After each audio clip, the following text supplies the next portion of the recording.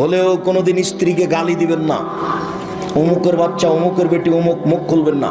এই ছেলে, তোমার স্বভাব পরিবর্তনের জন্য এসেছি, আল্লাহ তোমার স্বভাবকে পরিবর্তন করুক।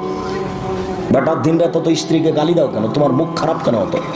মেয়ে রাস্তায় পড়ে আছে। মেয়ে মানুষ অনেক দামি। কিছু বোকা মহিলার কারণে আজকে মেয়েদের অবস্থা এই। মেয়ে অনেক দামি জিনিস। পৃথিবীতে এমন কোনো জিনিস নাই যেখানে শান্তি তৃপ্তি হতে পারে নারী ছাড়া। পৃথিবী এমন কোনো বিছানা নাই সেই বিছানায় শুয়ে শান্তি পেতে পারে মানুষ স্ত্রী ছাড়া। পৃথিবীতে এমন কোনো খাদ্য নাই যে খাদ্য খেয়ে মানুষ শান্তি তৃপ্তি পেতে পারে স্ত্রী ছাড়া। পৃথিবীতে এমন কোনো ব্যবস্থাপনা নেই যেখানে মানুষ শান্তি তৃপ্তি পেতে পারে স্ত্রী ছাড়া। স্ত্রী হচ্ছে পৃথিবীতে আল্লাহর পক্ষ থেকে দেওয়া শান্তি তৃপ্তির ব্যতিক্রম জিনিস। আল্লাহ তাআলা বলছেন, অমিন আইতিহান খালাকালাকুম মিন আনফুসিকুম আজওয়াজান লিতাসকুনু ইলাইহা।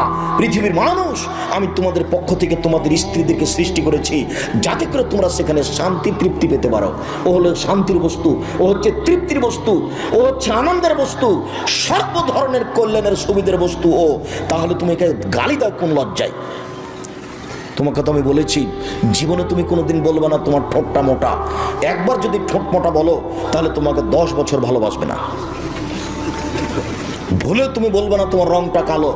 একবার যদি রং কালো বলো তাহলে মনটা ছোট হয়ে যাবে, 10 বছর যাবত তোমাকে ভালোবাসবে না।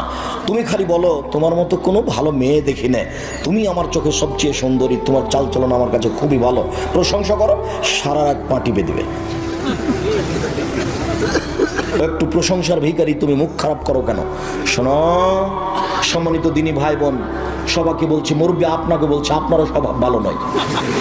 ছেলে মেয়ে বড় হয়ে গেছে, বৌমা বাড়িতে, তারপর আপনার একটু লজ্জা হয় না মুখ খারাপ করে স্ত্রীকে কথা বলে?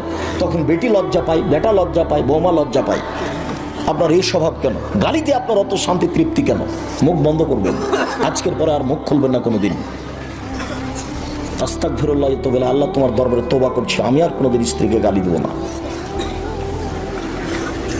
এই কথা বলে উঠবেন, মুখ খারাপ করবেন না কোনো।